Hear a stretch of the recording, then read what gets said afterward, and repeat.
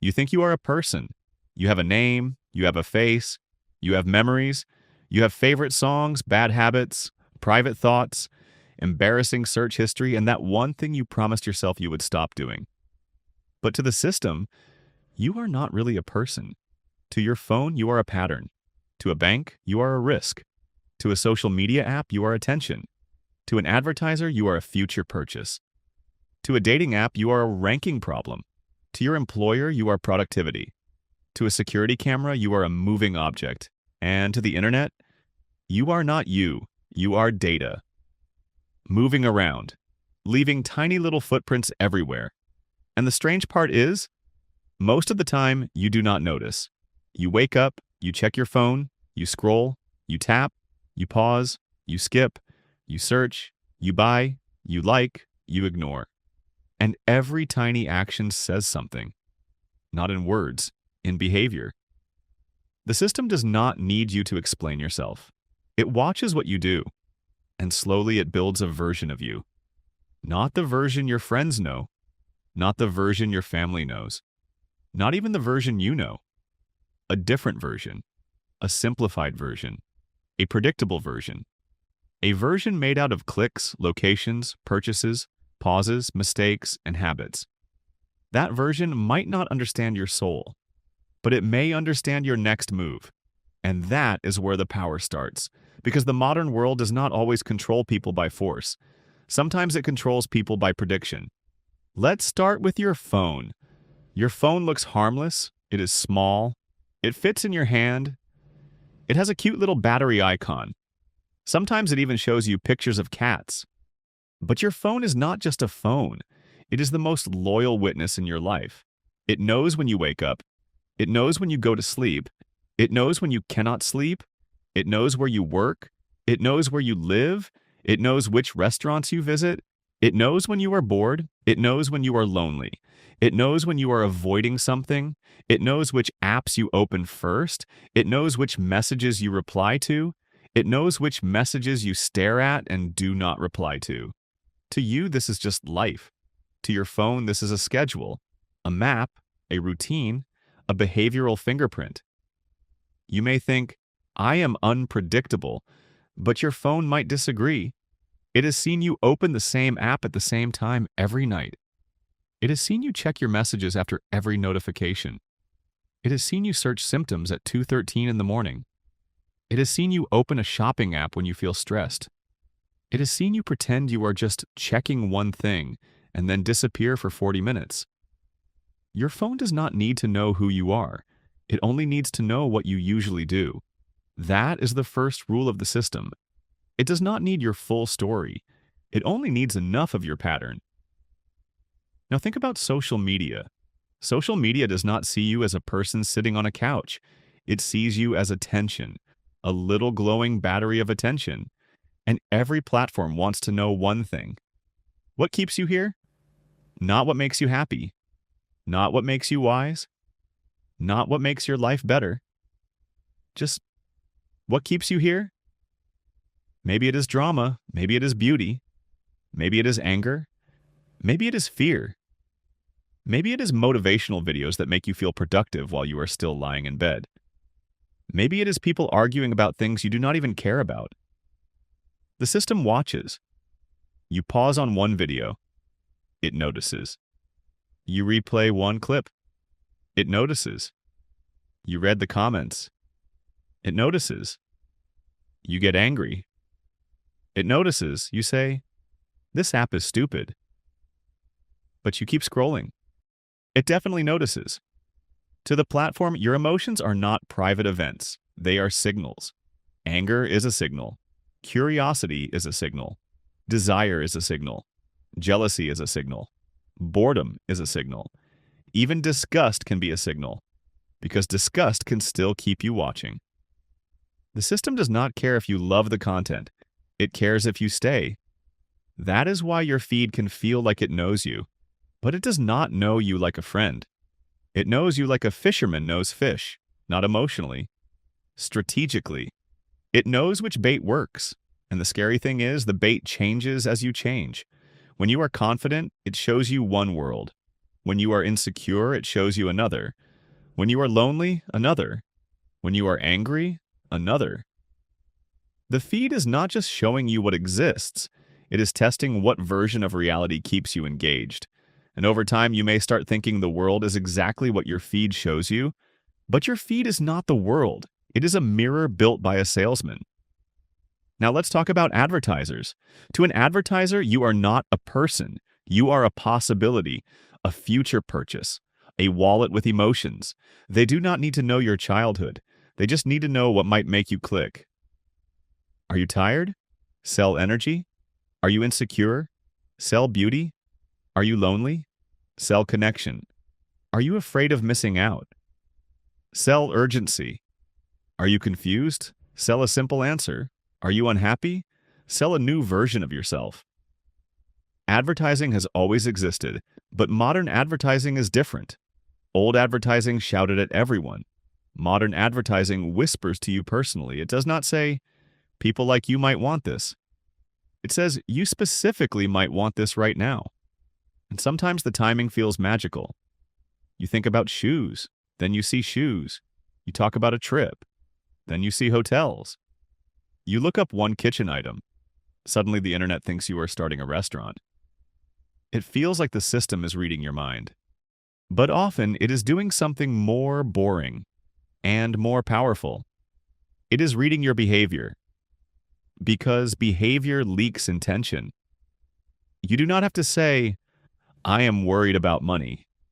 You might search for cheap meals. You do not have to say, I feel unattractive. You might watch fitness transformations. You do not have to say, I want a different life. You might click on apartments in cities you cannot afford. The system sees the shape of the desire before you say it out loud, and then it places a product in front of it, like a tiny bridge, from discomfort to purchase. Now think about banks. A bank does not see you as funny, or kind, or complicated. A bank sees numbers, income, debt, payment history, risk, probability. To a bank, you are not a good person. You are likely to repay or unlikely to repay. That is a cold way to see someone. But systems love cold categories: approved, denied, high risk, low risk, premium customer, suspicious activity. You may walk into a bank with a whole human life behind you. Maybe you work hard. Maybe you support your family. Maybe you had bad luck. Maybe one emergency destroyed your savings. But the system cannot feel your story. It can only process your file. And this is one of the strangest parts of modern life. You can be a wonderful person and still be a bad number. You can be responsible now, but punished by old data. You can be honest, but look risky. To people, context matters. To systems, context is expensive. So they use shortcuts, scores, labels, models, categories. The system says this is not personal, but it affects your personal life. Where you can live, what you can buy, how much you pay, what opportunities you get. A number can follow you like a shadow, and unlike a person, the number does not forgive. It updates. Now let's look at work. At work, you may be a person. You have jokes, you have stress, you have a life outside the office. But many workplace systems do not see that. They see output. Tasks completed, hours logged, messages sent, meetings attended, response time, performance metrics, productivity. To a manager, you might be a team member. To the system, you are a dashboard. Green means good. Red means problem. Up means better. Down means danger. This sounds efficient, and sometimes it is. But something strange happens when people become dashboards. The measurable things start to look like the only real things. If the system can measure emails, emails become important. If it can measure hours, hours become important. If it can measure clicks, clicks become important. But it cannot easily measure care. It cannot easily measure creativity. It cannot easily measure loyalty. It cannot easily measure the quiet moment when you stopped a disaster from happening because you actually understood the work. So those things become invisible. And when something becomes invisible to the system, people stop getting rewarded for it. This is how systems reshape behavior. Not by saying, be less human, but by rewarding only the parts of you that fit inside a spreadsheet. Now let's talk about cities. When you walk through a city, you feel like a person walking through a city. You see buildings, cars, people, traffic lights, coffee shops. But to the city's systems, you may look different. You are a face, a license plate, a phone signal, a payment card, a transit tap, a location ping, a moving dot. You enter a station, you leave a station, you pass a camera, you buy something, you unlock a scooter, you scan a QR code. You are not one big event. You are many tiny events connected together. A trail, a line, a pattern through space. And again, the system may not need to know your soul, it only needs to know where the dot usually goes. This can be useful. Cities need planning, traffic needs management, crime needs investigation, services need data, but useful systems can still become powerful systems, and powerful systems can become invisible. That is the dangerous part. Not always that someone is watching you, but that watching becomes normal. So normal that nobody asks what it means anymore. Now think about online dating. This one is weird, because dating is supposed to be human, romantic, messy, awkward, funny, beautiful. But dating apps turn people into cards. A face, a height, a job, a few photos, a small bio. Swipe left, swipe right, match, no match. To you, this is your personality. To the app, this is inventory. People become options. Options become rankings. Rankings become behavior. And behavior becomes data. The app sees who you like, who likes you, who you ignore, who ignores you, how fast you respond, how often you open the app, what type of person makes you pause, what type of person makes you pay. A dating app does not necessarily want you to find love immediately. A person who finds love leaves. A person who keeps hoping stays. That does not mean every app is evil. It means the incentive is strange. Your loneliness can become engagement. Your hope can become retention. Your insecurity can become revenue. To you, it feels like searching for a person. To the system, it may look like optimizing a marketplace. And that is a very strange place to put the human heart. Now let's talk about shopping. A store does not only care what you buy, it cares what you almost buy, what you look at, what you put in the cart, what you remove, what you buy every week, what you buy only when sad, what you buy late at night, what you buy when there is a discount. A supermarket may know your habits better than some of your friends. It knows your cereal, your snacks, your cleaning products, your guilty pleasures, your I'm going to start eating healthy vegetables that slowly die in the fridge. To you, groceries are normal. To the system, they are clues. A change in buying behavior can mean a change in life. New job, new baby, new diet, new relationship, new stress, new sadness, new routine. The cart is not just a cart. It is a diary with barcodes, and the system reads it quietly. Now let's talk about something even stranger. The system does not only watch what you do, it also shapes what you think is available. Search engines rank answers. Maps rank places. Apps rank people. Stores rank products. Feeds rank reality. You rarely see everything. You see what is shown first, and what is shown first feels more real. The first restaurant looks better. The first answer looks true. The first product looks normal. The first opinion looks popular. The first result becomes the world. This is soft power. Not someone forcing you, just someone arranging the options. Imagine a hallway with 100 doors. Technically, you are free. You can choose any door, but the system lights up 3 doors. It puts the best signs on them. It makes them easier to open. It hides the others in the dark. Then it says, you chose freely. And maybe you did. But the choice was designed before you arrived. That is one of the biggest secrets of modern power. Control does not always look like a cage. Sometimes it looks like convenience. Now here is where it gets personal. You might think, Okay, but I am smarter than that. Maybe you are. But the system does not need to fool you every time.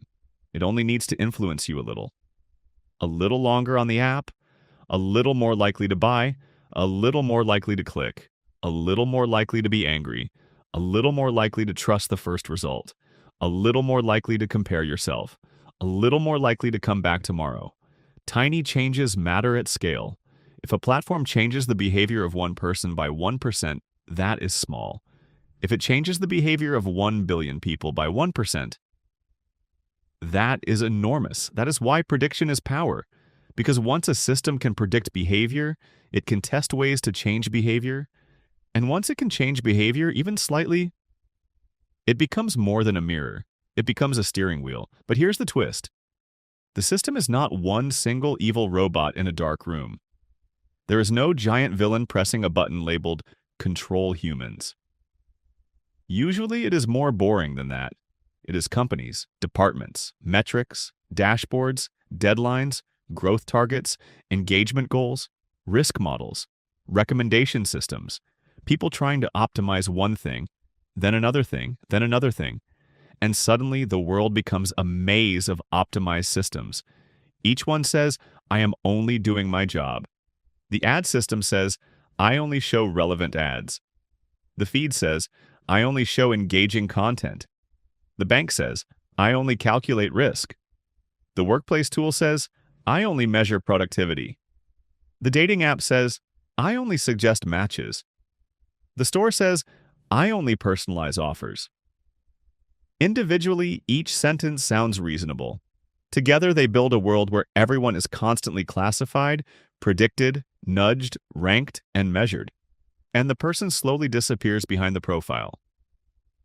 The profile becomes easier to understand than the person. The profile becomes easier to manage than the person. The profile becomes more useful than the person. And sometimes the profile gets treated as more real than the person. That is the real problem, not just privacy. Privacy matters, but this is bigger than privacy. It is identity. Who gets to define you? You, your friends, your actions, your worst mistake, your spending habits, your search history, your location data, your engagement pattern, a machine-generated category? The system might say, you are this type of user. But what if you are changing? What if you were that type of person yesterday but not today? What if the system keeps feeding the old version of you? Old fears, old habits, old weaknesses, old desires? What if the algorithm knows who you were and keeps pulling you back there? That is why awareness matters, not panic. Awareness. You do not need to throw your phone into the ocean, although sometimes that sounds peaceful. You do not need to disappear into a forest. You do not need to become paranoid, but you do need to understand the game, because the system understands your behavior. So you should understand the system's behavior. When an app shows you something, ask, why this? Why now? What does it want me to do next? When a platform makes you angry, ask, am I angry because this matters? Or because anger keeps me here? When a product feels perfect, ask, did I choose this? Or was I guided here? When a score judges you, ask, what is missing from this number? When a feed shows you the world, ask, what part of the world is it hiding? These questions are small, but they create distance. And distance creates freedom, because the easiest person to control is not the weak person. It is the person who never notices they are being guided. The system does not need you to believe in it. It only needs you to move through it automatically. Wake up. Check. Scroll. React. Buy. Repeat. No pause. No question. No distance. Just pattern. But the moment you notice the pattern, you are no longer only inside it. You are looking at it. And that changes something. Maybe not everything, but something. Because you are not just data. You are not just a score. You are not just attention. You are not just a customer. You are not just a worker. You are not just a risk profile. You are not just a moving dot on a map. You are a person, a strange, emotional, inconsistent, unfinished person. And that makes you harder to fully predict. Not impossible, but harder. The system wants clean categories. Humans are messy. The system wants stable patterns. Humans can change. The system wants behavior without reflection. Humans can stop and ask why. That is the part of you the system has the hardest time with. The pause. The question. The moment you do not click. The moment you do not react. The moment you choose slowly. The moment you remember that convenience is not the same as freedom. The moment you see the invisible hand in the interface. That is what decoding power means. It means looking at normal things until they become strange again. A phone is not just a phone. A feed is not just a feed. A score is not just a score. A recommendation is not just a recommendation. A dashboard is not just a dashboard. A system is never just a system. It is a way of seeing people. And every way of seeing people becomes a way of treating people. So the next time your phone suggests something, or your feed pulls you in, or an app ranks you, or a number judges you, remember this. The system does not see your whole life. It sees the pieces it can measure. And then it pretends those pieces are you, but they are not. They are shadows. Useful shadows, profitable shadows, powerful shadows, but still shadows. You are the thing casting them. And maybe the first step to getting power back is simply refusing to forget that.